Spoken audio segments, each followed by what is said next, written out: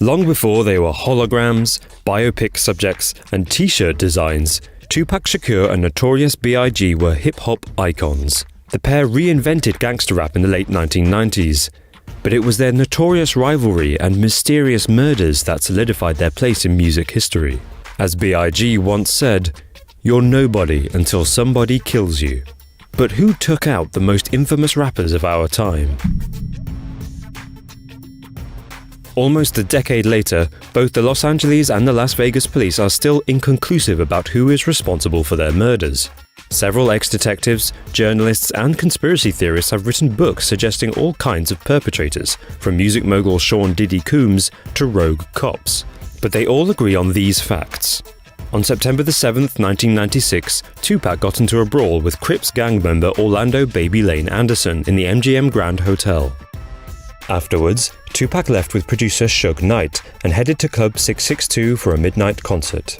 Riding down the Las Vegas Strip, Suge Knight's black BMW stopped at a red light. Moments later, a white Cadillac pulled up next to them and opened fire.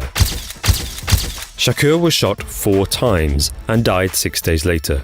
6 months later, on March 8, 1997, Biggie left a Vibe magazine after-party, riding in the passenger seat of his suburban SUV. When the SUV stopped at a red light, a car pulled up next to it and opened fire, shooting Biggie 4 times. Many point to Tupac's association with the Bloods and Biggie's association with the Crips as the cause of their early demise, making the rappers casualties of a long-standing gang rivalry. LA Times reporter Chuck Phillips wrote that after the Crips plotted their revenge on Tupac, they approached Biggie asking for a $1 million payout. LAPD detective Russell Poole, however, points the finger at record producer Suge Knight. In October 1995, Tupac was pending appeal on his sexual abuse sentence. Knight paid a $1.4 million bail to get the rapper out. Tupac immediately started recording his Diamond album, All Eyes on Me, for Knight's new record label, Death Row. After finishing his 3-album contract, Tupac was making plans to leave Death Row to start his own independent production company.